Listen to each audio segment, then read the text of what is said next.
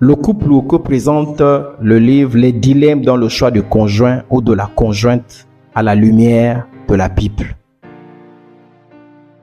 Nous parlons donc des dilemmes qui peuvent intervenir dans le choix du conjoint ou de la conjointe. Sur le chemin du mariage, certaines personnes sont souvent confrontées à un ou des points bloquants, soit au moment des fiançailles, soit même quand elles pensent avoir trouvé la bonne personne. J'entends par points bloquants des points embarrassants qui rendent le choix ou la demande en fiançailles compliqué. Si certains des sujets sont effectivement très sérieux et demandent une profonde réflexion, d'autres par contre relèvent des blocages psychologiques et culturels. Généralement, ces points bloquants se présentent après que le candidat au mariage soit tombé amoureux. Alors, il se pose la question de continuer ou pas. Alors, l'un des points bloquants que nous voulons traiter c'est le mariage interculturel ou mixte. Pour mieux comprendre ce que j'entends par mariage interculturel ou mixte, comprenons déjà donc ce mariage, c'est le mariage entre des personnes de races différentes. Comprenons déjà d'où vient la différenciation des races. Avant tout, il faut savoir que Dieu a fait les choses de telle sorte que tout le genre humain vient d'un seul homme, donc du même sang. Actes chapitre 17, le verset 26.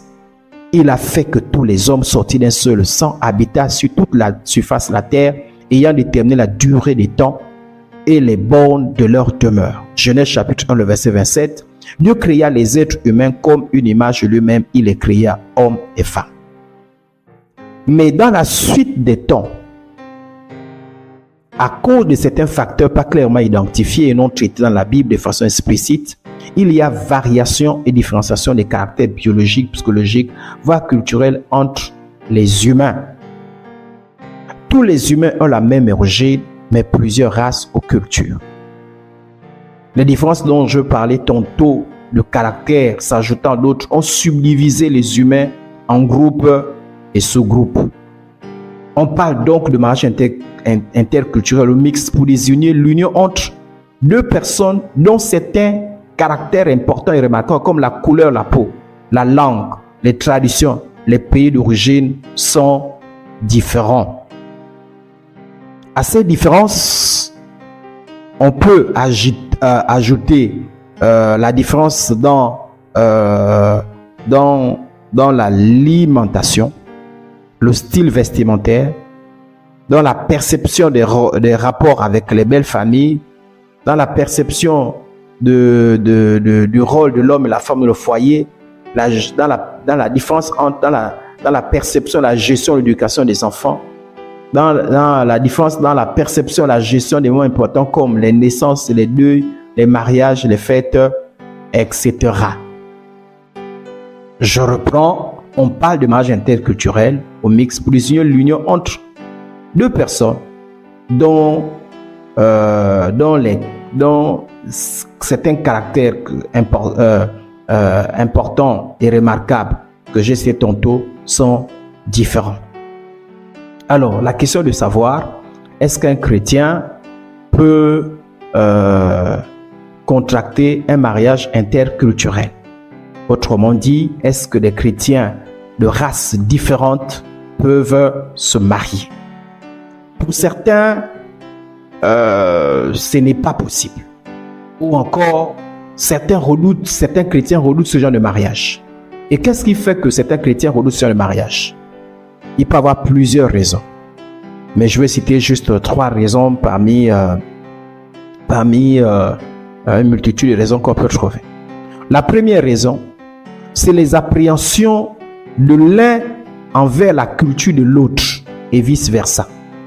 Généralement, lorsqu'on manque d'informations ou lorsqu'on a une mauvaise connaissance de la culture de l'autre, on peut avoir des préjugés et ces préjugés peuvent provoquer des inquiétudes et donc redouter une possibilité redouter un probable mariage.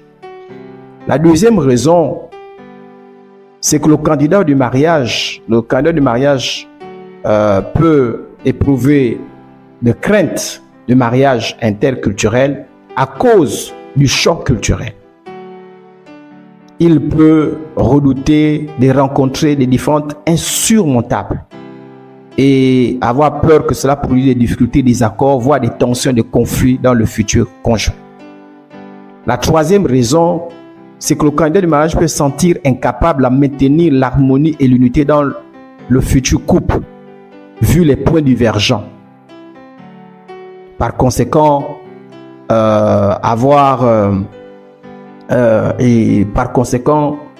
tomber dans la peur de ce genre de mariage. Est-ce que le chrétien peut contracter un mariage interculturel? Je disais tantôt que certains redoutent ce genre de mariage. Et certains pensent même que la Bible l'interdit. Et s'appuie sur certains textes comme Deutéronome chapitre 7, le verset 3 au verset 4, qui dit: ne vous alliez pas là où Dieu interdit aux Israélites de se marier avec des personnes d'autres on va dire d'autres nationalités. Ne vous alliez pas avec eux par des mariages. Ne donnez pas vos filles à leurs fils et ne choisissez pas parmi eux des épouses pour vos fils. Sinon, ces étrangers entraîneraient vos descendants à se détourner du Seigneur pour adorer d'autres dieux. Le Seigneur se mettra en colère contre vous et vous exterminerait sans tarder. Dans ce texte, lorsque la Bible interdit les mariages interculturels aux Israélites, elle le fait non à cause de la race ou la culture, ni à cause de la nationalité ou la langue, mais à cause des croyances ou si vous voulez la religion. C'est la principale raison pour laquelle la parole de Dieu conseille les mariages interculturels au peuple d'Israël, parce qu'il comportait un risque de conduire celui-ci à l'idolâtrie, comme ce fut le cas de Salomon. Dans 1 Roi chapitre 11, le verset 1 au verset 4.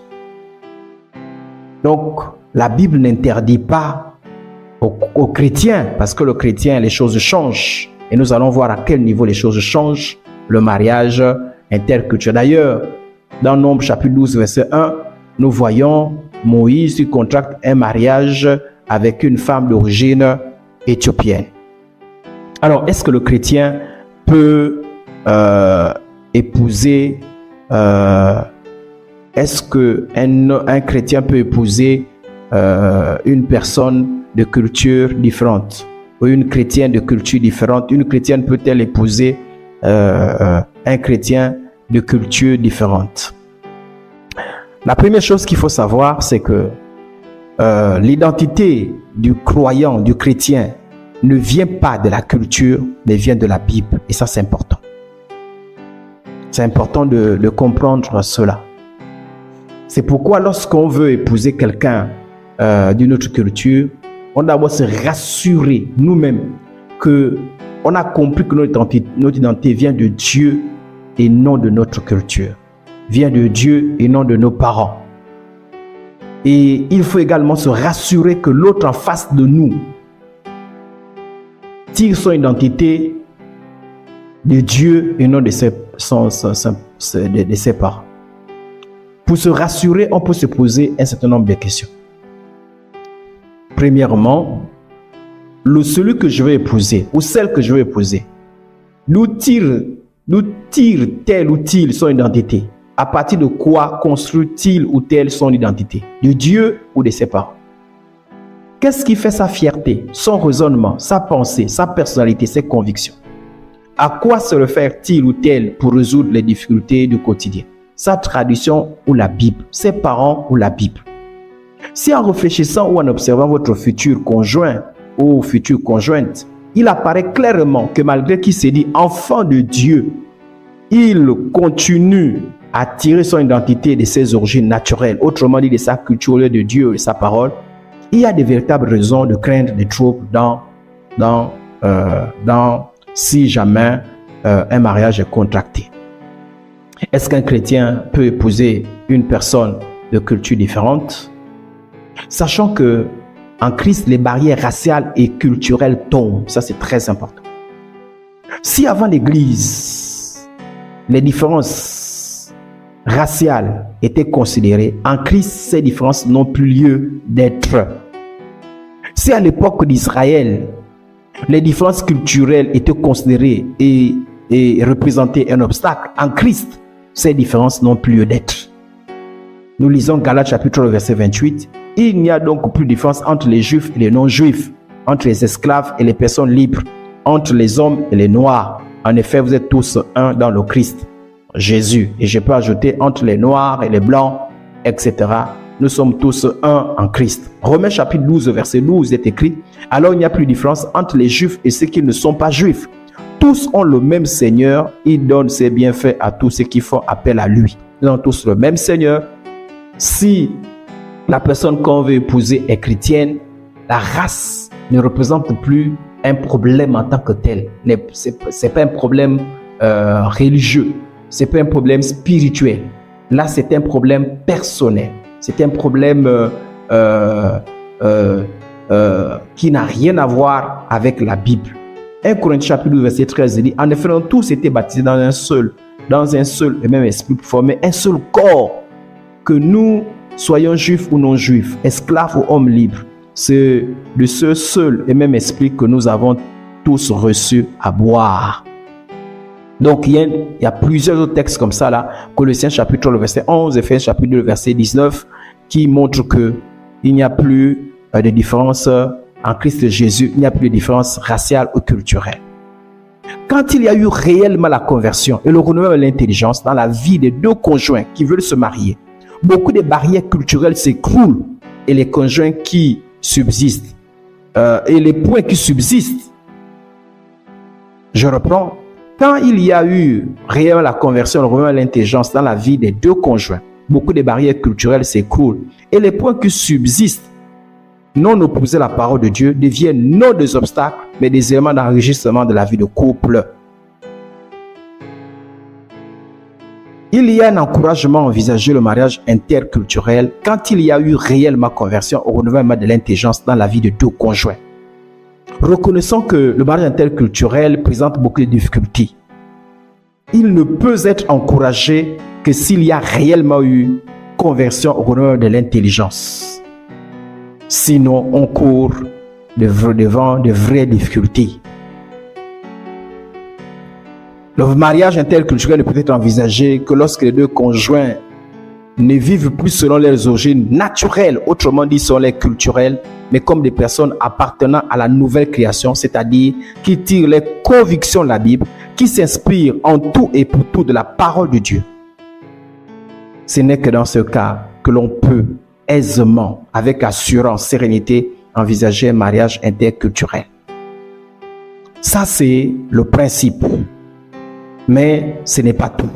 Ce n'est qu'un principe.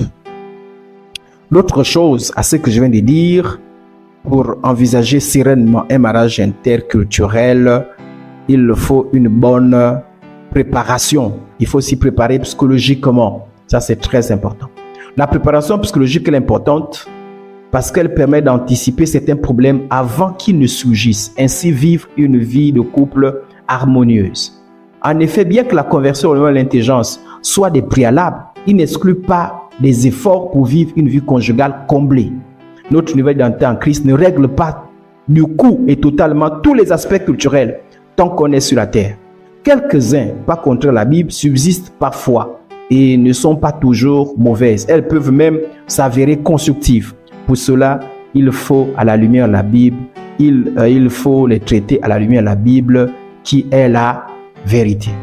Alors, pour tous ceux-là qui veulent contracter un mariage interculturel, sachez déjà qu'il faut avoir une ouverture d'esprit pour appréhender l'univers de l'autre et dépasser les clivages culturels. Cela exige une capacité d'adaptation. Pour maintenir l'unité, il faudra à certains moments et selon les domaines, le consensus et d'autres la flexibilité et la concession. Tout cela doit se faire de bon cœur. Il faut aussi être disposé au dialogue pour favoriser la compréhension mutuelle et créer un équilibre entre les deux cultures. Il faut être patient car l'adaptation exige du temps et de l'effort.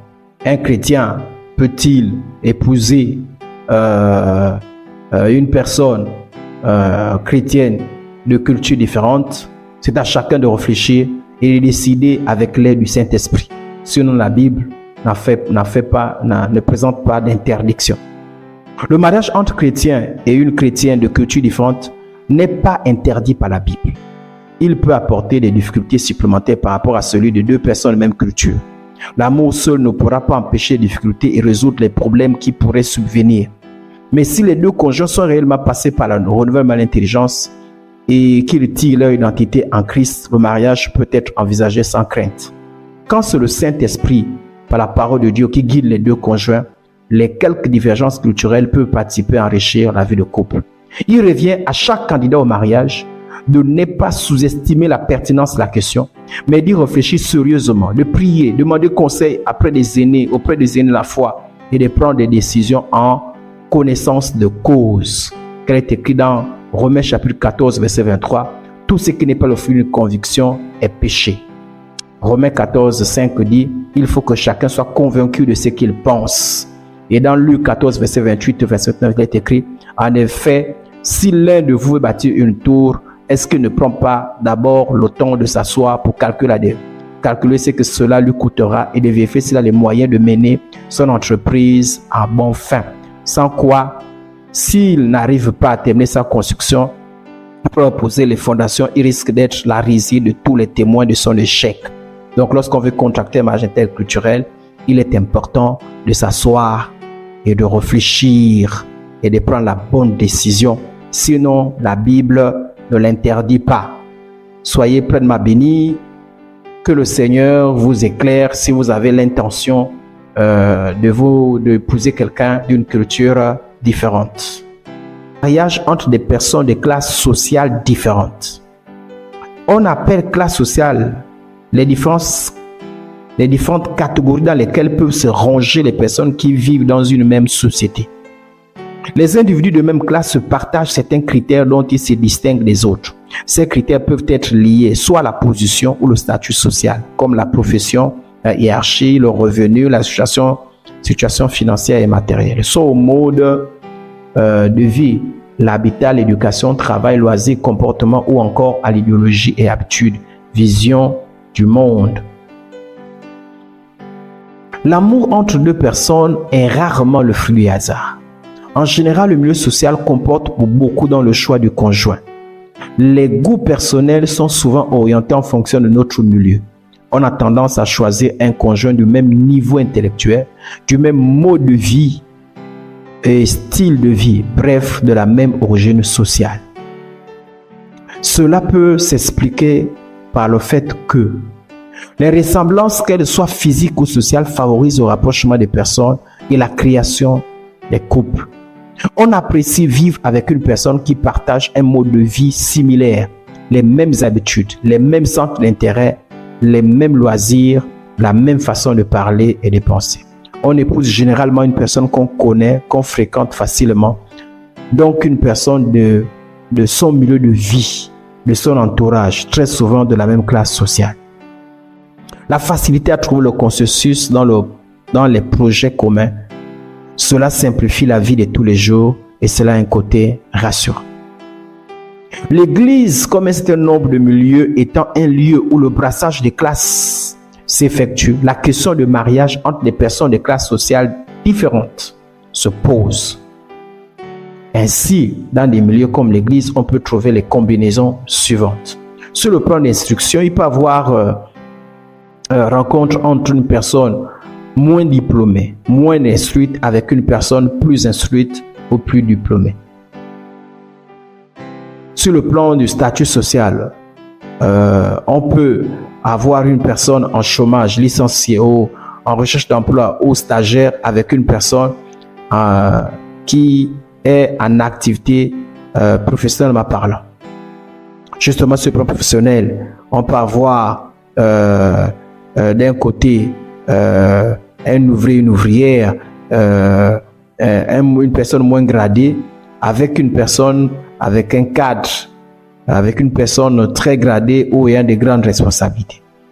Donc, on peut avoir beaucoup de combinaisons comme ça là, des combinaisons présentant des différences sur le plan social. Voyons quelques préalables pour un mariage entre personnes de classes sociales différentes. Le mariage avec une personne appartenant à une classe sociale inférieure ou supérieure est possible. Mais il faudra faire beaucoup d'efforts en fonction de l'écart entre les deux classes. D'abord, faire un travail sur soi afin de surmonter ses propres préjugés, complexes, craintes et émotions négatives. Ensuite, s'armer sur le plan psychologique pour affronter de la bonne manière, selon la Bible, les réactions négatives des personnes, des parents et de l'entourage. Et enfin, faire preuve d'ouverture d'esprit et d'une grande capacité d'adaptation aux règles et contraintes de la nouvelle condition sociale. Quand les deux prétendants au mariage sont réellement nés de nouveau, sont passés par le renouvellement de l'intelligence et marchant la soumission au Seigneur Jésus, ce travail préalable pour le mariage des classes entre deux personnes de classes sociales différentes peut être abordé avec sérénité. Mais lorsqu'il n'y a pas de renouvellement de l'intelligence, quand il n'y a pas de véritable conversion, le mariage, la préparation pour le mariage entre des personnes de classes sociales différentes est compliquée. Si les deux conjoints et les conjoints n'ont pas fait l'expérience d'une vraie conversion de l'intelligence. Le mariage entre personnes de classes sociales différentes pose des vraies questions qu'il ne faut pas négliger, mais auxquelles il faut réfléchir profondément avant de l'envisager. Avant de s'y engager, les candidats au mariage doivent au préalable avoir médité sur les éventuels problèmes qu'ils pourront rencontrer une fois mariés et vérifier si malgré tout, ils ont la ferme conviction de surmonter. Comme les autres mariages particuliers, le suivi de l'encadrement est un impératif. Romains 14, 23 dit « Tout ce qui n'est pas le fruit d'une conviction est péché ». Il faut donc que les candidats au mariage réfléchissent beaucoup et se préparent psychologiquement et fassent un travail sur soi pour pouvoir envisager le mariage entre personnes de classes sociales différentes. L'autre point bloquant ou l'autre dilemme pour les candidats du mariage, c'est le mariage entre personnes d'assemblées ou de dénominations chrétiennes différentes. Avant d'aborder ce point, voyons quelques définitions. Voyons la définition de l'Église de Christ, de l'Église locale et des sectes chrétiennes. Parce que lorsqu'on parle d'épouser une personne d'une assemblée, une dénomination différente, il ne faut pas qu'il y ait une confusion à ce niveau. La première chose à savoir, c'est l'Église de Christ. L'Église de Christ avec grand E, il n'y a qu'une seule Église de Christ. Christ n'a pas plusieurs églises, il n'y a qu'une seule Église. Et nous lisons dans Matthieu chapitre 16, le verset 18. L'Église où Jésus dit, tu es Pierre, sur toi je bâtirai mon Église. Il n'y a qu'une seule Église. Et l'Église de Christ, c'est l'ensemble de toutes les personnes qui sont réellement de nouveau.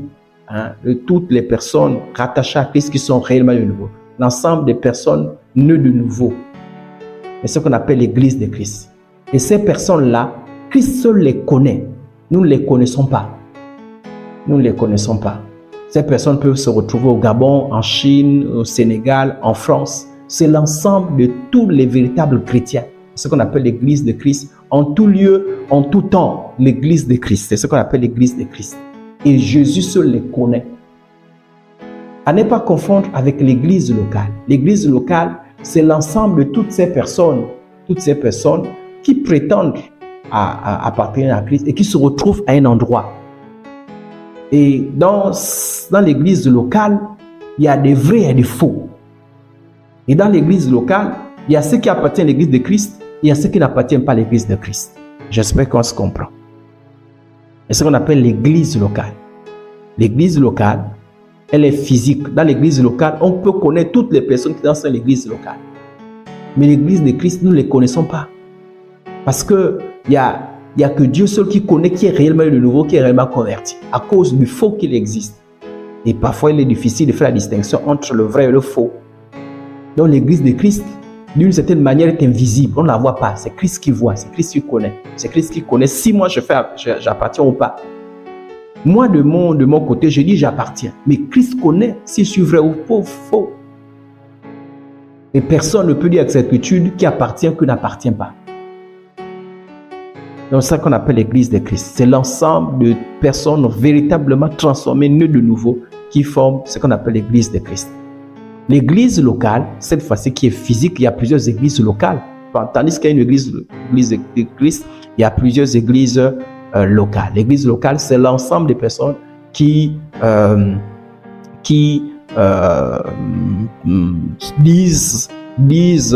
confessent Jésus, vrai ou pas vrai, et qui se retrouvent à un même endroit.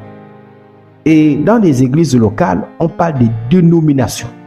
Dénomination. Pourquoi on parle de dénomination? Disons, quand l'église commence, il n'y a qu'une seule église. Malheureusement, cette église a été attaquée et il y a eu beaucoup de choses fausses, etc. Et cette église a pris un coup. Et il y a eu des réformes et toutes ces choses-là. Et ces réformes-là ont créé, les hommes étant imparfaits, ces réformes-là et ces changements qui sont intervenus ont créé des différences. Donc, cela, on parle des confessions de dénominations différentes. Les confessions religieuses de dénominations désignent le regroupement naturel de ceux qui ont des doctrines, des pratiques et des croyances semblables. Ces groupes chrétiens ou assemblées qui se réclament tous de Christ se distinguent généralement les uns les autres par des organisations ou des noms particuliers. Par exemple, vous avez plusieurs noms. Vous avez les Béthanies, Assemblée du Gabon, Assemblée de Dieu de France, les Assemblées de Dieu. Vous avez l'Église Eau Vive et il y en a plusieurs noms comme ceci. Donc, on parle donc des dénominations ou des confessions. Et dans ce qu'on parle de confession, on n'est pas confondre avec les sectes. Et des sectes même dites chrétiennes. Les sectes chrétiennes, ce sont des organisations de groupements d'individus qui nient une ou plusieurs des vérités bibliques fondamentales tout en continuant de se prétendre chrétiennes et enseignent des doctrines qui font que ceux qui y croient ne seront pas sauvés. Une secte chrétienne, c'est un regroupement d'individus qui ont quelques enseignements chrétiens, mais qui renient les doctrines fondamentales. Par exemple, la divinité de Christ. Renier la divinité de Christ, c'est mettre en péril son salut. Ceci étant dit, qu'est-ce que nous pouvons dire sur le fait, sur le mariage entre deux personnes de confession chrétienne ou de dénominations chrétiennes différentes? Voyons quelques préalables. Avant d'épouser une personne d'une autre confession chrétienne, il faut au préalable chercher à connaître le plus possible sur sa dénomination ou son assemblée. A priori, la Bible n'interdit pas le mariage entre les personnes de confession chrétienne, de dénominations chrétiennes différentes. La Bible ne l'interdit pas. Plus que par principe, nous sommes tous, quand nous confessons Christ, nous disons tous appartenir à Christ, nous sommes tous censés être l'Église de Christ. Mais à cause de la confusion qui existe, il faut donc faire attention. Et ce que nous sommes en train de dire participe de cette vigilance, de cette prudence. Et ce que nous sommes en train de dire, c'est que celui qui, le candidat au mariage, qui veut épouser une personne d'une dénomination chrétienne différente, doit chercher à connaître le plus possible sur la dénomination de son fiancé ou de sa fiancée ou de la personne qui veut l'épouser, de la doctrine qui est enseignée dans cette assemblée, des pratiques religieuses, de l'origine de cette assemblée, de l'histoire de cette assemblée. Doit connaître, connaître les choses, les responsables de l'assemblée, de celui qui, la personne qui ou qu'elle veut épouser. Tout ceci pour vérifier sur l'assemblée du futur conjoint, la future épouse, est une secte ou non. Dans le cas où il s'agit d'une secte, il faut impérativement et immédiatement renoncer à cause de sa foi. Car épouser une personne issue des milieux sectaires, c'est mettre sa foi en danger, donc son éternité en péril. C'est à cause de ceci que les textes comme Deutéronome chapitre 7, le verset 3 au verset 4 ont été écrits. Tu ne t'uniras pas avec eux par des mariages. Tu ne donneras pas tes fils à leurs fils. Tu ne prendras pas leurs filles pour tes fils, car ils tourneront de moi tes enfants qui iraient rendre un culte à d'autres dieux. Ma colère s'enflammerait alors contre vous et je ne tarderai pas à vous exterminer. Quand une personne fréquente une mauvaise dénomination ou une mauvaise assemblée, il y a de fortes chances que ses croyances ou ses convictions soient non seulement fausses, mais aussi dangereuses. C'est pourquoi la Bible déconseille de telles unions. 2 Jean chapitre 1, le verset 10 dit: si quelqu'un vient à vous et vous apporte un autre enseignement, ne le recevez pas chez vous, et refusez même de le saluer, car celui qui le salue devient complice de ses mauvaises actions. Voilà pourquoi il est dangereux d'épouser quelqu'un qui fréquente une secte, même une secte dite chrétienne. Les sectes chrétiennes, ce sont des assemblées qui prétendent être chrétiennes, mais qui renient des doctrines fondamentales à la foi. Et ça, c'est important de le savoir. Galates chapitre 1, le verset 9 dit: je l'ai déjà dit et je le répète maintenant. Si quelqu'un vous prêche un autre évangile que celui que vous avez reçu, qu'il soit maudit. Si les doctrines principales ou les pratiques de l'assemblée ou la domination de la personne que tu veux épouser sont conformes à la Bible, il faut, avant de se décider à l'épouser, s'intéresser sur sa personne pour savoir si, malgré son appartenance à une bonne assemblée, il est un chrétien, une chrétienne authentique. Nous sommes dans le cas où nous avons fait des enquêtes sur l'assemblée que fréquente la personne que nous voulons épouser, et nous nous sommes rendus compte qu'il ne s'agit pas d'une secte, mais il s'agit d'une véritable assemblée. Ce n'est pas tout, car fréquenter une véritable assemblée ne veut pas dire forcément que soi-même on est un véritable chrétien, car on peut être un faux chrétien dans une véritable assemblée. En effet, être dans une bonne assemblée n'est pas la garantie d'une foi authentique, car une personne peut être dans une assemblée qui s'efforce de se conformer à la Bible et être une chrétien ou un chrétien apostate. Il faut vérifier si la personne a réellement renoncé au péché ou au monde. Lorsqu'on veut épouser une personne d'assemblée différente ou de dénomination différente, il faut vérifier si la personne a réellement renoncé au péché ou au monde, si elle porte du fruit de la repentance, si elle marche dans l'obéissance à la parole de Dieu et elle marche dans la consécration, si elle est baptisée et participe normalement à la table du Seigneur, si elle sert dans son assemblée, si elle est soumise à ses responsables, si elle participe régulièrement aux réunions, aux activités d'église, si elle a un bon témoignage auprès des frères et sœurs de cette assemblée, si elle s'affectionne aux choses d'en haut, si elle a un amour ardent pour les frères, etc. Ces choses sont importantes. Il est important lorsqu'on rencontre une personne, lorsque je m'apprête à épouser une personne, lorsque je veux m'allier pour un probable mariage avec une personne d'assemblée différente, je dois me poser les questions présentées que j'ai présentées tout à l'heure. Et je vais les reprendre d'ailleurs. Avant d'épouser, je me suis rassuré. Premièrement, je me rassure, est-ce que la personne que je vais épouser est dans une bonne assemblée? Si c'est dans une secte, il faut, la lumière des textes que nous avons lus précédemment, il faut que j'arrête cette relation-là parce que il y a les dangers, le danger est grand. Mais si la personne se retrouve dans une bonne assemblée, ce n'est pas déjà tout. Il faut que je vérifie. Il faut que je vérifie si la personne est un chrétien, est une chrétienne ou un chrétien authentique ou pas. Alors, qu'est-ce que je dois vérifier?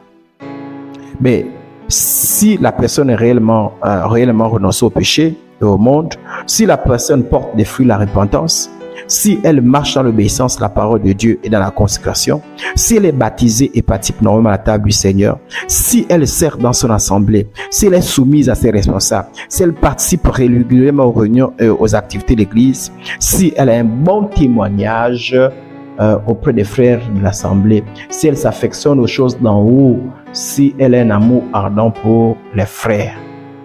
Un chrétien ou une chrétienne peut épouser une personne d'une autre assemblée que la sienne, à condition d'une part que les enseignements et les pratiques de cette assemblée soient conformes à la Bible, et d'autre part que lui soit aussi un chrétien ou chrétienne authentique, donc un véritable enfant de Dieu. En réalité, l'enfant de Dieu n'appartient pas à une assemblée, ni à une dénomination, ni à un homme, à l'Église universelle, l'Église de Christ. 1 Corinthiens chapitre 1, le verset 11 dit: oui, mes frères et mes sœurs, les gens de la famille de Chloé m'ont appris qu'il y a des disputes entre vous. Voici ce que je veux dire. Chacun de vous affirme les choses différentes. L'un dit: moi j'appartiens à Paul, l'autre dit: moi à Apollos, un autre dit: moi j'appartiens à Pierre, et un autre dit: moi au Christ. Est-ce que le Christ est divisé? Est-ce que c'est à Paul qui a été cloué sur la croix pour vous? Est-ce que c'est au nom de Paul que vous avez été baptisé?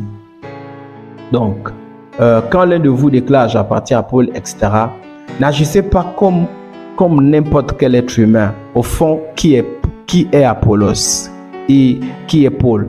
Nous sommes simplement des serviteurs de Dieu par lesquels vous avez été amenés à croire. Bref, tous ces versets-là montrent que les croyants, en réalité, malgré la différence des noms, la différence d'assemblée, appartiennent d'abord à l'Église de Christ. Si l'unité des croyants par l'Esprit passe par la foi aux 7 vérités énumérées dans Éphésiens chapitre 7, un seul corps, un seul esprit, un seul Dieu, un seul Seigneur, une seule foi, un seul baptême. Si l'unité des croyants par l'Esprit passe par la foi aux vérités que je viens d'énumérer,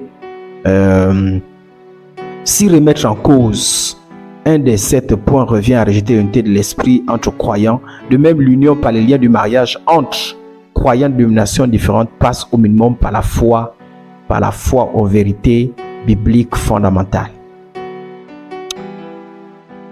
Le mariage entre personnes d'assemblée et de dénominations chrétiennes différentes est possible, mais exige une certaine réflexion et prudence, car il peut avoir des répercussions sur la foi, donc sur l'éternité. Il revient à chaque candidat au mariage confronté à cette situation de prier, de bien réfléchir, demander conseil à ses responsables afin de prendre les bonnes décisions. Nous revenons toujours sur notre texte, sur Romains chapitre 14, verset 23. Tout ce qui n'est pas le fruit d'une conviction est péché. Il est donc important de réfléchir profondément avant d'envisager un tel mariage. L'autre dilemme qui fait réfléchir les candidats au mariage, l'autre point bloquant lorsqu'on cherche à se marier, qui rend la décision de se marier ou pas difficile, c'est lorsque les deux prétendants au mariage ont une grande différence d'âge. Ou si vous voulez, la différence d'âge est problématique. Donc nous traitons, nous parlons, nous réfléchissons, nous méditons sur le mariage entre personnes. La différence d'âge est problématique. Il est extrêmement rare que les deux personnes qui s'engagent pour le mariage ou qui sont déjà mariées soient nées le même jour. Ceci pour dire qu'il y a toujours une différence d'âge entre les deux conjoints. Toutefois, plusieurs candidats au mariage cherchent souvent à se mettre en couple avec des personnes d'un âge le plus proche possible du leur ou séparés par un faible nombre d'années. Cette volonté des candidats au mariage se justifie, semble-t-il, par le fait que les couples proches en âge seraient plus en osmose lorsqu'il s'agit de prendre une décision ou de faire face aux éléments de la vie. Généralement, la problématique de l'âge intervient après la naissance des sentiments amoureux et elle se présente de deux manières. la femme est plus âgée que le mari. Premier cas de figure. Deuxième cas de figure, le mari est plus âgé que la femme, mais la différence d'âge entre le mari et sa femme est très grande. C'est ces deux cas de figure qui posent très souvent problème. Je reprends le premier cas de figure qui pose problème lorsqu'on parle de différence d'âge problématique, c'est la femme est plus âgée parce que la tradition veut que ce soit le mari qui soit plus âgé. L'autre cas de figure, c'est lorsque le mari est plus âgé que la femme, mais que la différence d'âge entre le mari et la femme est très grande. La différence d'âge est un vrai dilemme ou un simple détail? C'est la question qu'on peut se poser. Les années qui séparent les deux partenaires d'une union auraient une influence sur l'équilibre du couple et seraient déterminantes pour le futur du mariage. Si on en croit au témoignage de ceux qui sont passés par là. Si pour certains, la différence d'âge n'est qu'un détail insignifiant dans les critères de choix, pour d'autres, c'est un vrai dilemme. Dans la plupart des communautés, on admet naturellement un écart d'âge, mais pas grand, entre conjoints au profit de l'homme. Peut-on se baser sur des sentiments d'attirance mutuelle pour entamer ou poursuivre une relation impliquant une différence d'âge problématique? C'est la question qu'on peut se poser. Et dans cette question, posons-nous la question, est-ce qu'on peut épouser un homme très âgé? Plusieurs communautés pensent qu'un écart d'âge est préférable dans un couple, mais que cela doit être en faveur de l'époux, c'est-à-dire de l'homme.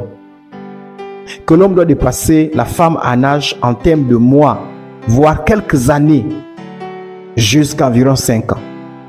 Par contre, c'est assez mal vu quand la différence va au-delà de 5 ans. Le scandale provoqué par ce grand décalage d'âge est proportionnel au nombre d'années d'écart et plus grand encore lorsque l'homme semble avoir l'âge du père de la conjointe. Une femme qui épouse un homme très âgé pourrait avoir les difficultés suivantes. 1. Un grand décalage de niveau de maturité entre les deux conjoints. Lorsque l'homme est très âgé par rapport à la femme, lorsque l'homme est plus âgé par rapport à la femme,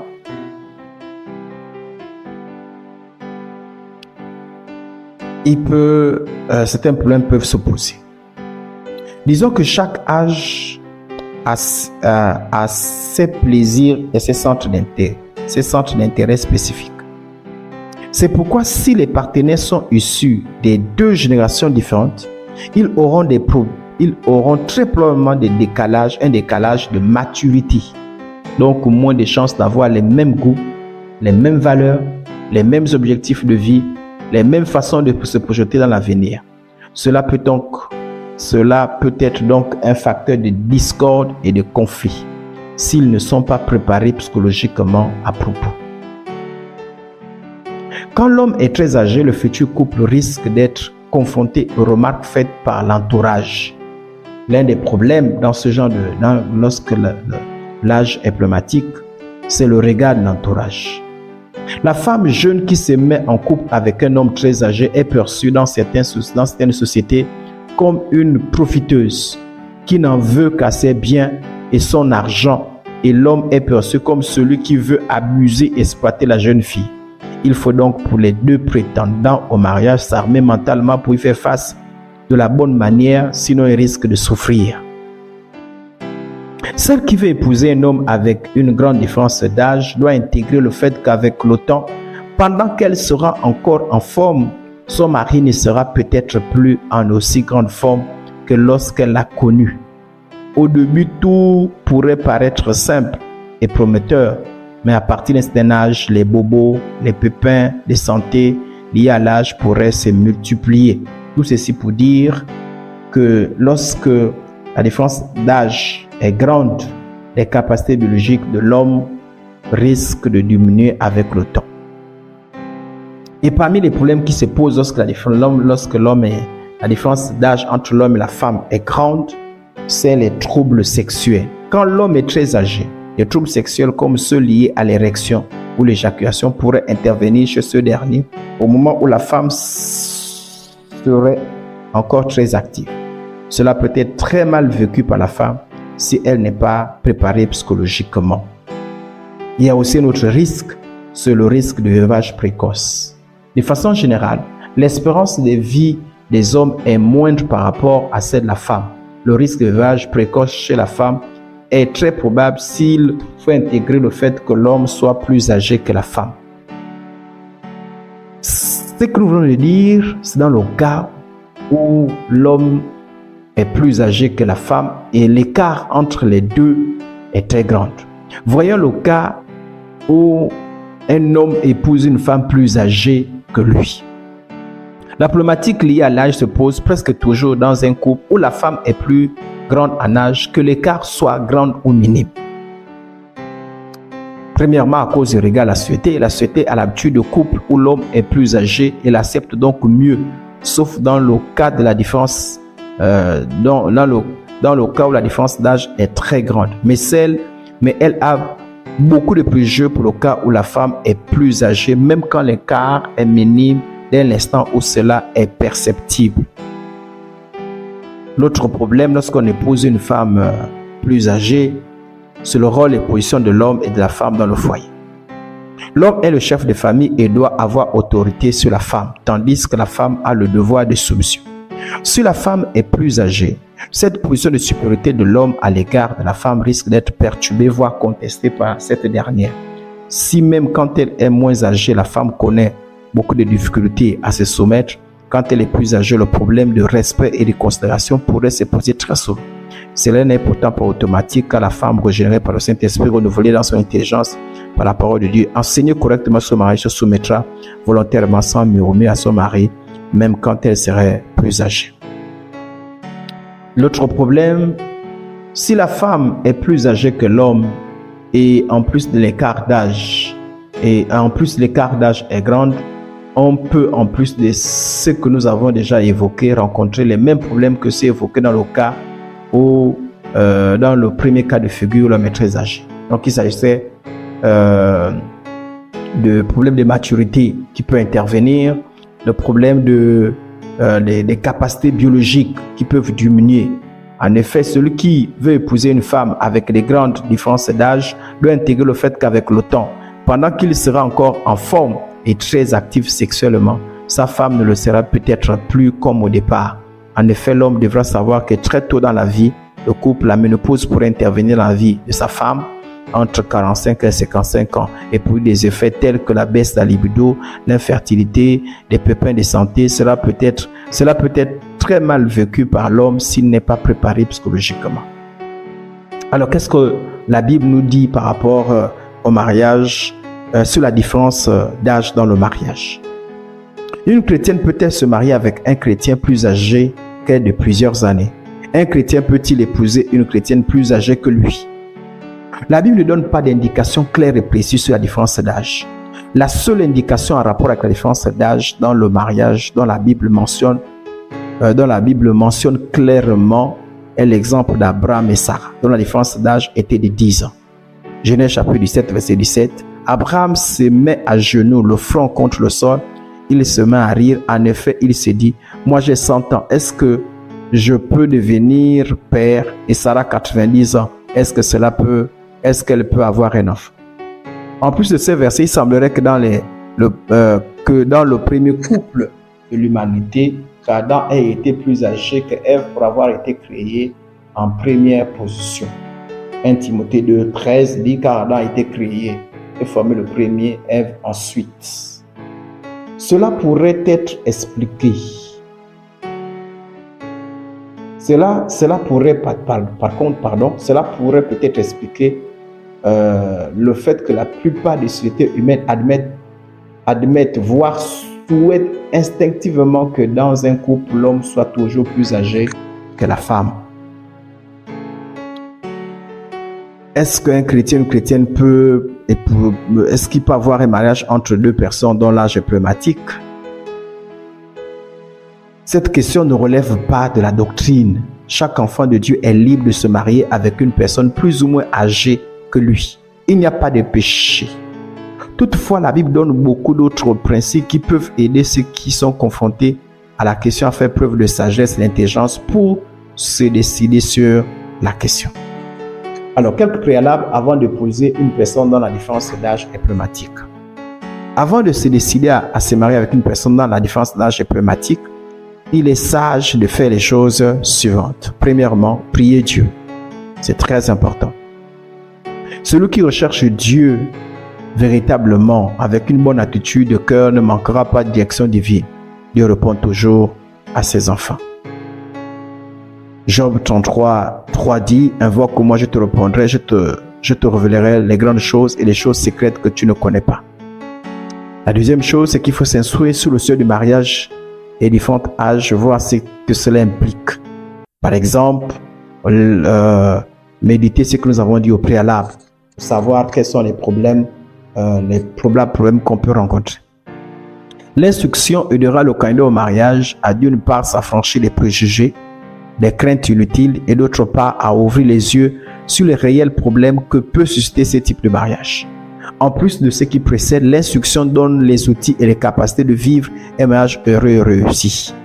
Osée 4:6 dit, mon peuple est détruit parce qu'il manque la connaissance. L'autre chose, c'est examiner objectivement et sincèrement à la lumière de la Bible les motivations qui poussent l'un à l'autre à une telle union dont l'âge est problématique. Cela suppose qu'on doit réfléchir sérieusement malgré le flot des sentiments et émotions. Comment on envisage cette différence d'âge dans 10 ans, 20 ans ou 30 ans? Pourquoi est-ce que je veux vivre cette union? Pour de l'argent, pour tirer profit, parce que personne d'autre ne s'y intéresse à moi. Proverbe 19:2 dit, le manque de réflexion n'est pas bon. Quand on va trop vite, on fait des erreurs. Proverbe 19:2, c'est la version parole de vie. Les motivations pour une telle relation ne doivent pas découler de la chair, mais plutôt être inspirées par la parole de Dieu. Donc pure. C'est très important. Il faut s'assurer que la relation aura un avenir réel et solide. L'autre chose qu'il faut faire comme préalable lorsqu'on veut épouser une personne, lorsqu'on est en face d'une personne dont l'âge est problématique, c'est demander conseil auprès des aînés de la foi. Les aînés de la foi sont ceux des modèles de piété, de consécration, qui ont une grande connaissance, une forte expérience, une grande sagesse. Autant de choses qui peuvent être très utiles, voire salutaires pour une bonne réflexion. Proverbe 15:22 dit, quand on ne consulte personne, les projets échouent. Mais lorsqu'il y a beaucoup de conseillers, ils se réalisent.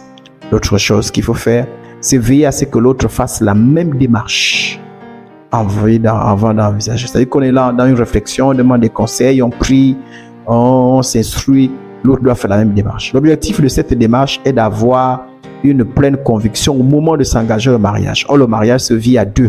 Par conséquent, les deux doivent être convaincus de la nécessité pour l'autre de faire également la même démarche. L'autre chose qu'il faut faire, c'est se rassurer que l'un comme l'autre est disposé à faire face de la bonne manière à tous les problèmes qui pourraient se poser.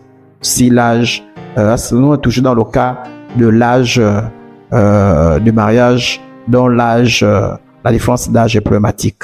Rappelons que quand on parle de différence d'âge problématique, c'est que quand on voit la différence d'âge, vraiment, il y a un jeune qui est là, il y a des problèmes qui se présentent. Je disais, l'autre chose qu'il faut faire, c'est rassurer que l'un comme l'autre est disposé à faire face de la bonne manière à tous les problèmes qui pourraient se poser. Cela suppose qu'on est mentalement prêt. Cela suppose qu'on est suffisamment préparé pour surmonter toute embûche et jouir pleinement du mariage. Dans tous les cas, le choix revient à chaque candidat. Chaque candidat. Est-ce qu'un chrétien peut envisager un mariage dont la différence d'âge est problématique? Le choix revient à chaque personne. Il est possible pour un frère d'épouser une sœur plus âgée que lui. C'est possible. Et de vivre un mariage heureux. C'est possible. Et être épanoui. De même, il est possible pour une sœur d'épouser un frère très âgé, de vivre un mariage heureux et très épanoui. C'est possible. Il n'y a pas de péché à contracter un mariage avec une personne dont la différence d'âge est problématique. au regard de la société. Rappelons que la problématique de l'âge, c'est souvent par rapport à la société, au regard des autres. Seulement, il faut que cela se fasse en toute connaissance de cause et pour des bonnes motivations, vu que le manque de préparation dans ce type de mariage provoque des difficultés plus ou moins graves. Rappelons-nous toujours que Romains 14, 23 nous dit tout ce qui n'est pas le fruit d'une conviction est péché. Et Romains 14, 5 nous dit que chacun soit convaincu de ce qu'il pense. Et Luc 14, 28 nous dit, c'est Jésus qui notre conseil, qu'il nous faut réfléchir avant de bâtir quoi que ce soit. Que le Seigneur vous éclaire et vous donne la sagesse si jamais vous êtes confronté ou vous connaissez, vous aide à aider quelqu'un qui est confronté à ce genre de situation. Soyez pleinement bénis au nom de Jésus. Amen. L'autre dilemme ou l'autre point bloquant pour les candidats au mariage, c'est le mariage avec une personne ayant un ou plusieurs enfants.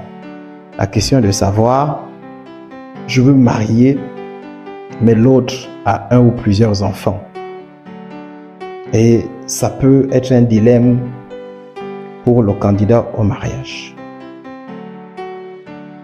Sachons déjà que la volonté de Dieu est que chaque enfant soit conçu et grandisse dans le cadre du mariage avec ses deux parents. Malheureusement, les erreurs de jeunesse, l'ignorance et l'inconscience font que certains jeunes garçons comme certaines jeunes filles se retrouvent avant même d'être mariés, parents d'un enfant et dans certains cas, de plusieurs enfants. Dans le cheminement au mariage pour les deux prétendants, on peut rencontrer les combinaisons suivantes. Les deux personnes n'ont pas encore fait d'enfant. C'est une combinaison lorsque on a des candidats au mariage. On peut aussi rencontrer une autre combinaison. L'une des personnes a déjà eu au moins un enfant et l'autre pas. Et la troisième combinaison, les deux personnes ont chacun un ou plus d'un enfant. Si certaines personnes, hommes comme femmes, ne trouvent aucun problème à épouser une personne ayant déjà un enfant, d'autres ont des difficultés à l'admettre. Face à cette situation, les sentiments amoureux seuls ne suffisent pas à rassurer. Mieux d'épouser une personne ayant déjà un enfant, voire plus suscite des appréhensions légitimes sur plusieurs aspects. La première appréhension, c'est la place de l'enfant dans le foyer par rapport au conjoint. Contrairement au mariage entre deux personnes n'ayant pas encore d'enfant, il faut être conscient qu'on épouse plus d'une personne lorsque on contracte un mariage avec une personne et a déjà un enfant. On ne peut pas et on ne doit pas séparer un homme et une femme de son enfant. Je vais répéter ça. On ne peut pas et on ne doit pas séparer un homme et une femme de son enfant. La décision d'épouser un homme ou une femme ayant déjà un ou plusieurs enfants doit inclure l'enfant ou les enfants. L'une des grandes problématiques de ce type d'union est la place de cet enfant dans le foyer. Est-ce que même dans le foyer, cet enfant sera la priorité du parent? C'est la question que certaines se posent au moment de contracter un mariage. Est-ce que le parent de l'enfant va mettre son conjoint ou sa conjointe au second plan? Est-ce que le conjoint, la conjointe va pouvoir accepter ou s'adapter à un enfant qui n'est pas le sien? Est-ce que le couple va vivre avec l'enfant par intermittence ou à plein temps? Quelle sera la responsabilité de chaque parent vis-à-vis de l'enfant? Autant de questions que les candidats au mariage doivent traiter en profondeur avant de se marier. Il n'y a pas de règle préétablie pour toutes ces questions. Si certains peuvent trouver des réponses claires dans la Bible, pour d'autres par contre, il ne s'agit simplement que des dispositions de cœur et de sagesse personnelle. L'une des problématiques dans ce genre d'union, c'est l'éducation et la discipline de l'enfant. L'éducation d'un enfant hors mariage n'est pas toujours facile, car ce dernier est confronté à plusieurs éducateurs, donc plusieurs systèmes de valeurs, d'habitudes et pratiques éducatives qui peuvent s'avérer parfois divergents. Les candidats au mariage doivent parler des questions d'éducation, d'autorité et de discipline concernant l'enfant au risque de connaître des tensions dans le foyer tôt ou tard. L'autre point dans ce genre de mariage, c'est l'attitude de l'enfant. L'autre inconnu quand on veut épouser une personne ayant déjà un enfant, c'est l'attitude de l'enfant à l'endroit du beau-père ou de la belle-mère. Est-ce que cet enfant va considérer, accepter et respecter le beau-père ou la belle-mère? Les pensées et les sentiments d'un enfant peuvent changer au fur et à mesure qu'il grandit. Ainsi, il peut accepter la nouvelle situation aujourd'hui et la rejeter plus tard, ou encore il peut la contester aujourd'hui et mieux l'accepter plus tard. Cela dépend du contexte, de l'encadrement de l'enfant et de la communication des parents avec celui-ci. Les enfants sont très sensibles et fragiles en fonction de leur âge. Ils ont besoin de leur épanouissement d'amour, de repères et de discipline. L'autre point dans ce genre de mariage, c'est la peur de conflit. Certaines personnes ont donc peur de poser un homme et une femme ayant déjà un enfant à cause des difficultés de communication et des probables conflits dans le foyer. Prendre soin de son enfant est déjà difficile, à plus forte raison, celui d'un autre. Cela exige la patience, la maîtrise de soi, de l'amour, etc. Le candidat au mariage qui éprouve la peur à épouser une personne ayant un enfant a besoin d'être rassuré par son partenaire. L'autre point, c'est l'attitude de la personne ayant déjà un enfant. Le candidat au mariage qui a déjà un enfant a un grand rôle à jouer pour libérer l'autre des préjugés et des craintes inhérentes à ce type de mariage.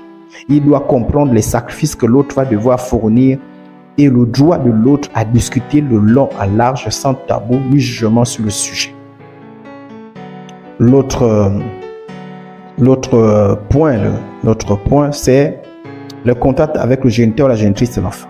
L'une des choses qui gêne énormément quand on veut épouser une personne ayant déjà un enfant est le contact que celle-ci a gardé avec le père ou la mère biologique. En fonction du niveau de communication, voire de complicité entre les ex, les scénarios sont divers. Ils vont de l'entente parfaite pour le bien de l'enfant à la manipulation ou au sabotage pour vengeance personnelle. Les relations, échanges ou contacts avec le parent biologique de l'enfant peuvent susciter à l'autre partenaire agacement et jalousie. Avant-dernier point, ou le dernier problème, la Bible ne donne pas d'indication sur la question.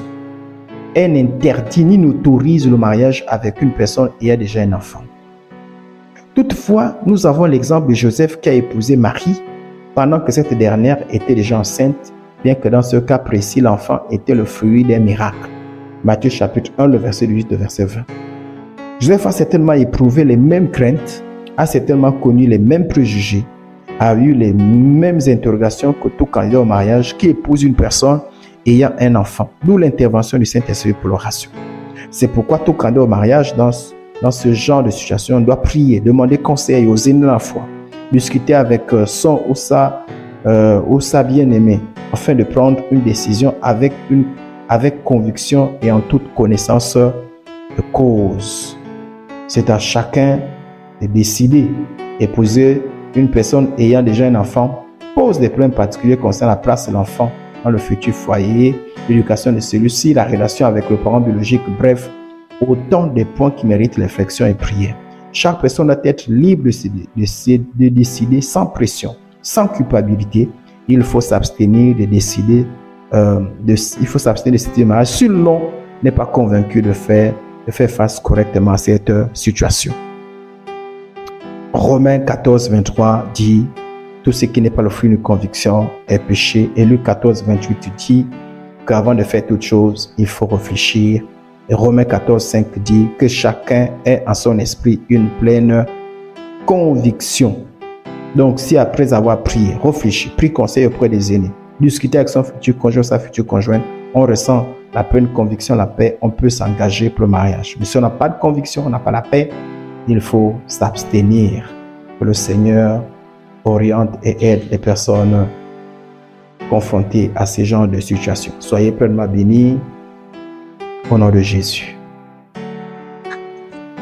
L'autre point bloquant, l'autre dilemme lorsqu'on pense mariage, c'est mariage avec une personne ayant un passé sexuel. Autrement dit, l'un des dilemmes lorsque on veut choisir son conjoint ou sa conjointe, c'est lorsqu'on se rend compte que la personne qu'on veut épouser a un passé sexuel. Qu'est-ce que nous entendons par passé sexuel? Dans notre contexte, c'est les activités sexuelles antérieures, les partenaires sexuels antérieurs, les traumatismes, les violences antérieures. En somme, c'est l'expérience ou la vie sexuelle antérieure d'une personne à un moment donné. Donc la problématique, c'est que je veux me marier, mais l'autre en face de moi a eu un passé sexuel, tandis que moi, je n'en ai pas. Donc on peut donc avoir plusieurs combinaisons en matière sexuelle. Dans les couples, lorsque les gens veulent se marier, on peut avoir plusieurs combinaisons. On peut avoir dans les candidats au mariage, lorsque le couple se forme, il peut arriver que les deux personnes n'ont jamais eu de rapport sexuel avant. C'est-à-dire que les deux prétendants au mariage, à la vie conjugale, n'ont jamais eu de rapport sexuel avant. C'est l'idéal. C'est l'idéal de Dieu. Mais le monde est fait que cet idéal est aujourd'hui rare. Mais heureusement qu'il y en a encore. Et au passage, si toi qui m'écoutes, tu es encore dans une situation où tu n'as pas encore connu d'homme et de femme, là, il est possible d'arriver jusqu'au mariage dans ces conditions. Il y a des gens qui sont arrivés et toi, tu peux arriver. Vous pouvez arriver. Sa première combinaison, c'est que les deux candidats au mariage n'ont pas de passé sexuel. La deuxième combinaison, c'est que l'une des personnes est toujours vierge, tandis que l'autre, dans son passé, a eu une vie sexuelle active. Troisième combinaison, les deux personnes ont tous les deux eu des rapports sexuels, c'est-à-dire ont eu une sexualité active dans le passé. Les conséquences du passé sexuel en cas de non-rupture et de non-restauration. Sachez que lorsque on veut contracter le mariage, il est important de traiter son passé sexuel avant de penser mariage. Lorsque ceci n'est pas traité, il peut y avoir des problèmes. Et parlons de ces problèmes. La vie passée d'une personne à un moment donné, si elle n'est pas traitée, a plus ou moins directement ou indirectement une influence sur l'avenir, donc sur le mariage. Toute personne qui emprunte les voies du mariage apporte avec elle ses défauts, ses qualités, ses problèmes familiaux, ses péchés non résolus, ainsi que son histoire sexuelle. Chaque relation sexuelle hors mariage va inévitablement influer sur l'avenir sexuel. Dieu pardonne le péché, mais malheureusement, nous ne pouvons pas échapper à ces conséquences. Toutes les personnes n'ont pas les mêmes souvenirs et les mêmes ressentis de leur passé sexuel. Pour certaines personnes, ce passé sexuel est rempli de regrets ou de déceptions. Pour d'autres, ce passé, bien que hors du mariage, les suscite malheureusement fierté, orgueil et vaine gloire. Dans tous les cas, la sexualité hors mariage a des conséquences graves sur celui qui s'y adonne sur plusieurs domaines, y compris sur la vie conjugale, s'il n'y a pas un travail de restauration. Les relations sexuelles du passé établissent inévitablement des liens entre les différents partenaires. En effet, les liens qui s'établissent pendant l'acte ne sont pas seulement physiques, mais aussi affectifs, spirituels et intellectuels. Les liens spirituels et intellectuels peuvent subsister au-delà de la rupture physique. Ils peuvent perdurer sur une longue durée. 1 Corinthiens 6, 15 jusqu'au verset 16 nous dit: ignorez-vous que vos corps sont les membres de Christ? Vais-je donc arracher les membres de Christ pour en faire ceux d'une prostituée? Sûrement pas. Ou bien ignorez-vous qu'un homme qui s'unit à une prostituée devient un seul corps avec elle? Car il est écrit: les deux ne feront plus qu'un. Ainsi, certaines personnes, bien que séparées de leurs anciens partenaires sexuels, se marient tout en étant encore malheureusement liés émotionnellement, spirituellement à ces derniers. Les ex sont par conséquent d'une certaine manière présents dans leur vie conjugale. cette présence ne peut qu'apporter de troubles aussi longtemps qu'un vrai travail de rupture n'est pas effectué. Il est du commun des mortels de tout comparer. Ainsi, une personne qui a eu un certain nombre de relations antérieures au mariage a tendance à comparer son expérience sexuelle antérieure à la nouvelle. Elle risque d'être impatiente ou exigeante face à l'autre encore inexpérimenté ou bien sombrer dans la déception ou le regret si les rapports sexuels sont moins satisfaisants dans le mariage qu'auparavant selon elle. Cette comparaison est donc source de troubles et d'instabilité en général. La sexualité selon Dieu se découvre et s'apprend dans le couple. Elle évolue progressivement au cours du temps jusqu'au niveau où les deux conjoints se sentent pleinement épanouis. Quand les deux conjoints découvrent ou expérimentent la sexualité au même moment, les avis, les impressions, les ressentis sont différents que si l'un d'eux ou les deux avaient eu un passé sexuel. La délivrance passe par une véritable rupture avec le passé et la restauration du Saint-Esprit. Certaines personnes connaissent des blocages psychologiques dans le mariage provenant entre autres de leur vie sexuelle passée. En effet, les déceptions, les trahisons, les abus sexuels laissent souvent des blessures et des forteresses qui peuvent nuire à la vie conjugale. Ainsi, certaines personnes blessées par leur passé sexuel peuvent vivre des troubles sexuels et troubles de comportement plus ou moins graves. Une étude a montré que les personnes qui n'ont eu des relations sexuelles qu'avec leur conjoint final auraient un mariage plus heureux que les autres. Il est donc impératif de s'affranchir des liens du passé et restauration totale. Il est incontestable que le passé sexuel a un impact réel sur la vie conjugale, mais c'est à chaque personne concernée de faire le choix de la délivrance ou de laisser son passé l'emprisonner. La délivrance est possible en Christ. Jean 8, 36 dit « Si donc le Fils a franchi, vous êtes réellement libre. » Avant de s'engager au mariage, chaque personne ayant un passé sexuel devrait d'abord passer par la repentance. Cela suppose regretter sincèrement et profond d'avoir vécu dans l'impudicité et avoir un fort désir de changer. Cela va au-delà du simple gêne ou d'un superficiel remords. C'est regretter, c'est être mécontent de ce qu'on a fait, éprouver de la peine, du déplaisir, de la tristesse, être embarrassé car on prend conscience à la lumière de la Bible de la gravité de son acte aux yeux de Dieu. Psaume 32 verset 3 dit « Tant que je taisais ma faute, je me puisais à gémir sans cesse à longueur de journée. J'étais avoué ma faute, je n'ai plus caché mes torts. J'ai dit, je reconnaîtrai devant l'Éternel les péchés que j'ai commis. Alors tu m'as déchargé du poids de ma faute. » Il n'y a pas de vraie repentance si on estime que son péché est moins que les autres péchés. Si on estime que c'est un petit péché aux yeux de Dieu. Il n'y a pas de véritable repentance si on le fait par devoir parce qu'on le recommande à l'église ou bien pour seulement tranquilliser sa conscience. C'est important donc de regretter son péché. L'autre chose à faire lorsqu'on veut la restauration, c'est confesser ses péchés à Dieu. Il ne s'agit pas de se justifier devant Dieu, ni de relativiser son attitude, mais d'admettre et avouer par sa bouche qu'on a mal agi. C'est s'accorder avec la vision biblique sur l'impudicité et déclarer oralement qu'on est coupable, qu'on a besoin de la grâce de Dieu pour le pardon. 1 Jean chapitre 1, verset 9 dit « Si nous confessons nos péchés, il est fidèle et juste pour nous les pardonner et pour nous purifier de toute iniquité. » Et après la confession, il faut renoncer définitivement avec l'impudicité.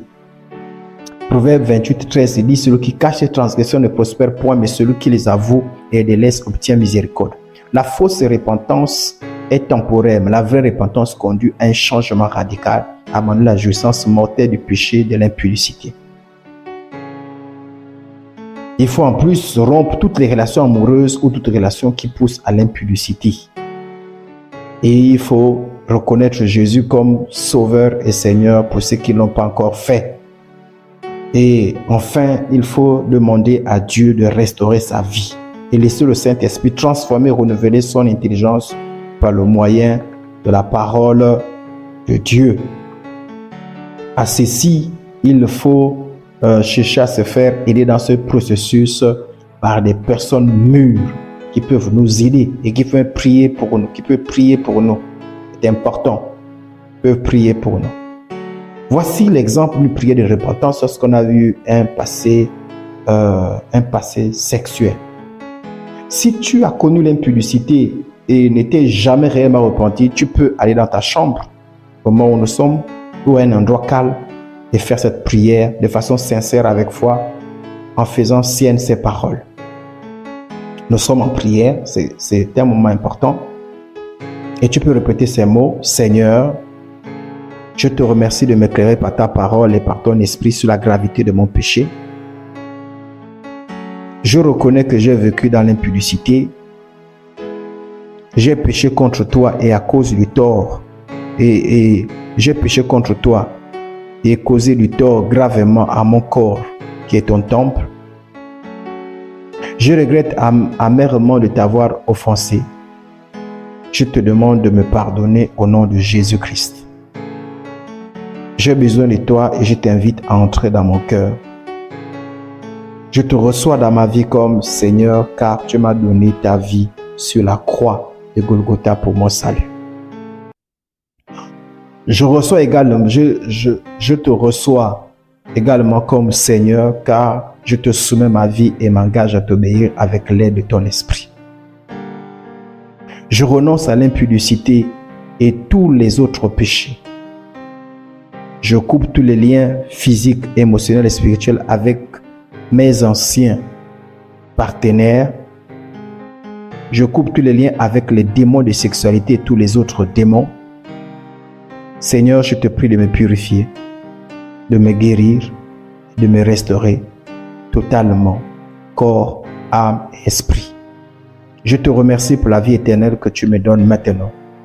Je te remercie pour la délivrance et la restauration par Jésus-Christ. Je te remercie la présence de ton esprit dans ma vie. Je suis désormais une nouvelle création en Christ et je reçois la capacité de marcher en nouveauté de vie au nom de Jésus-Christ. Amen. Si tu l'as fait de tout ton cœur, tu peux faire confiance à la bonté, à la fidélité de Dieu. Tu peux avoir l'assurance que Dieu t'a exaucé. Si tu n'es pas concerné par ces points, tu peux aider quelqu'un qui peut être concerné par ces points.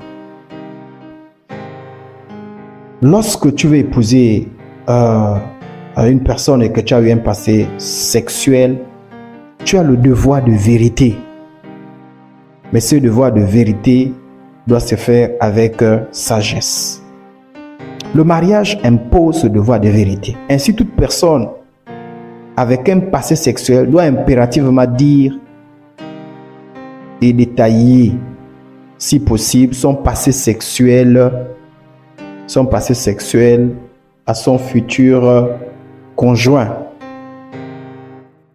Si les conséquences de ces passés, et cela est d'autant plus important, si les conséquences de ce passé peuvent influer sur la vie de couple. C'est-à-dire, il y a certains détails qui peuvent avec le temps, influencer le couple. Dans le cas où ces détails peuvent influencer le couple, il faut les donner. On ne peut pas être un enfant de Dieu et vivre dans la dissimulation. Ça, c'est très important. Quand on veut se marier, il y a certains détails qu'on doit donner. Parce qu'on a le devoir de vérité. Faire autrement, c'est le mensonge. Éphésiens chapitre 4, verset 25 dit: alors ne mentez plus, chacun doit dire la vérité à son prochain. Parce que tous ensemble, nous faisons partie des mêmes corps. Cela veut dire quoi? Que si j'ai eu un passé sexuel, j'ai avorté, je dois parler de ça à mon conjoint. Si j'ai fait du vagabondage, je dois en parler à mon conjoint, à ma conjointe. Je dois lui dire ce qui s'est passé. C'est important. Proverbe 12, verset 19 dit, et le verset 22, la bouche véridique est pour toujours affermie, mais la langue menteuse ne tient pas longtemps. Les lèvres menteuses sont en horreur à l'Éternel, mais ceux qui agissent en homme fiable lui font plaisir. Colossiens 3, verset 9 dit, ne vous mentez plus les uns les autres. En effet, ce que vous étiez avant, avec vos façons de vivre, vous en étiez débarrassés comme d'un vieux vêtement. Il faut obligatoirement en parler, mais le faire avec sagesse. Colossiens 4 et 6 se dit que vos paroles soient toujours agréables et pleines d'intérêt, sachant répondre à chacun de la bonne manière. Le passé sexuel est un sujet délicat et embarrassant. Il faut éviter d'être maladroit car cela peut nuire à l'autre. Un manque de sagesse dans ce domaine peut provoquer chez l'autre un choc ou un agacement, des sentiments d'insécurité, de jalousie, de gêne, de honte, d'être jugé par les autres. La peur de ne pas être à la hauteur des ex, un complexe, ne pas faire aussi bien sexuellement. Cela peut blesser, mais lui aussi enlever la confiance en lui-même et parfois induire des troubles de désir ou autres dysfonctionnements. Voilà pourquoi il faut prier pour avoir la sagesse lorsqu'on sent, il faut en parler. L'autre chose qu'il faut dire, s'agissant lorsqu'on va envisager un mariage avec une personne ayant un passé sexuel, ou soi-même on a eu un passé sexuel, c'est qu'une personne vierge n'est pas plus sainte qu'une personne ayant eu des rapports sexuels. Ça, c'est une vérité.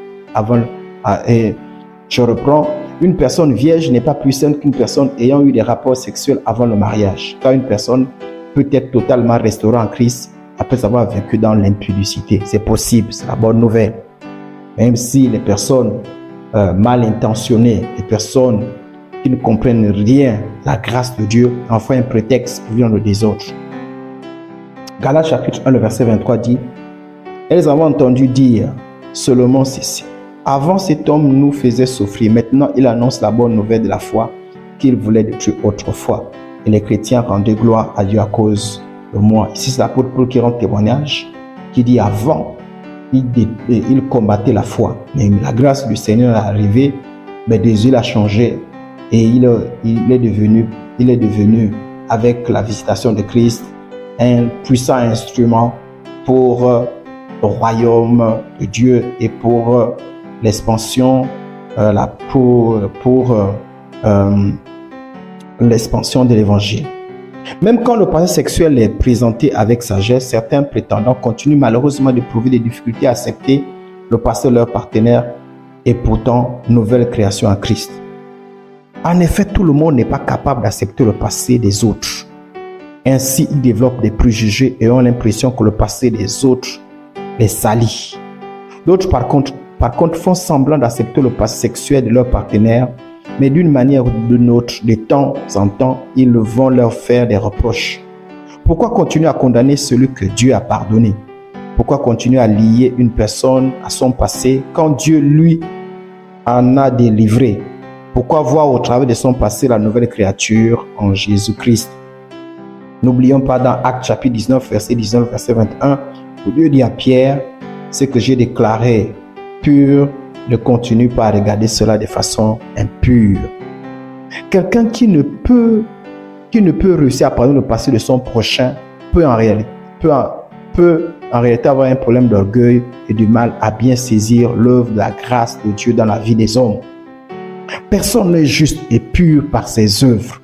C'est l'œuvre de Jésus-Christ à la croix qui fait de tout croyant un saint, un juste, un enfant de Dieu. C'est encore la grâce et non le mérite qui ouvre les portes des bénédictions, y compris le mariage. En Jésus-Christ, nous sommes tous une nouvelle création. Les choses anciennes, y compris le passé sexuel, sont passées. Ainsi, la personne vierge n'est pas supérieure à celle qui ne l'est plus. Que dit la Bible sur le mariage avec une personne ayant eu un passé sexuel? Dans la Bible, la virginité avant le mariage est une exigence absolue du Seigneur pour l'homme comme pour la femme. Il existe plusieurs versets qui encouragent les jeunes gens, surtout ceux consacrés au sacerdoce et le roi à se marier avec des vierges. La Bible encourage à se marier vierge. La virginité, nous avons le texte Lévitique 21:13 pour ceux qui lisent jusqu'au verset 14, 1 Roi chapitre 1, le verset 2. La virginité, surtout chez la fille, chez la jeune fille, était hautement estimée en Israël et soigneusement préservée en Israël. Tout le processus éducatif de la jeune fille consistait à conserver ce bien le plus précieux jusqu'au jour du mariage, car l'honneur familial était engagé. C'était une honte pour la famille si la jeune fille perdait la virginité en dehors du mariage, comme ce fut le cas de Dina et Tamar. C'est une grâce du Seigneur quand un homme et une femme se choisissent et se marient en étant vierges, car cela leur préserve de beaucoup de situations compliquées. La loi condamnait tous ceux qui avaient perdu leur virginité et faisait d'eux des personnes indignes pour le mariage. Mais la merveilleuse grâce de Jésus-Christ est venue pour les restaurer afin qu'ils retrouvent d'une certaine manière la virginité et qu'ils jouissent la bénédiction du mariage. Actes chapitre 17, verset 30 dit « Or Dieu ne tient plus compte des temps où les hommes étaient ignorants, mais il les appelle maintenant tous en tout lieu à changer de comportement. » La Bible dit qu'il est possible pour une personne ayant un passé sexuel d'être restaurée. La Bible dit que la grâce de Dieu en Jésus-Christ peut la transformer et faire d'elle un bon mari et une bonne femme. En somme, la Bible encourage les jeunes à se marier vierges quand c'est une bénédiction. Pour ceux qui ont perdu la virginité, elle annonce la grâce de Dieu capable de restaurer ceux qui sont repentants. Il revient donc à chaque candidat au mariage de choisir librement d'épouser ou non une personne qui a vécu avant sa conversion une vie d'impudicité et qui est totalement transformée en Jésus-Christ. Il faut toutefois s'assurer que cette dernière a totalement rompu avec ses ex, est pleinement guérie des blessures émotionnelles, est profondément renouvelée dans son intelligence. Mais si malgré tout la pensée d'épouser une personne qui a eu une expérience sexuelle dans son passé rend mal à l'aise le candidat au mariage, il est mieux pour lui de renoncer. Car tout ce qui n'est pas le fruit d'une conviction est péché. Que le Seigneur éclaire, que le Seigneur aide ceux qui sont concernés par cette question au nom de Jésus. Amen.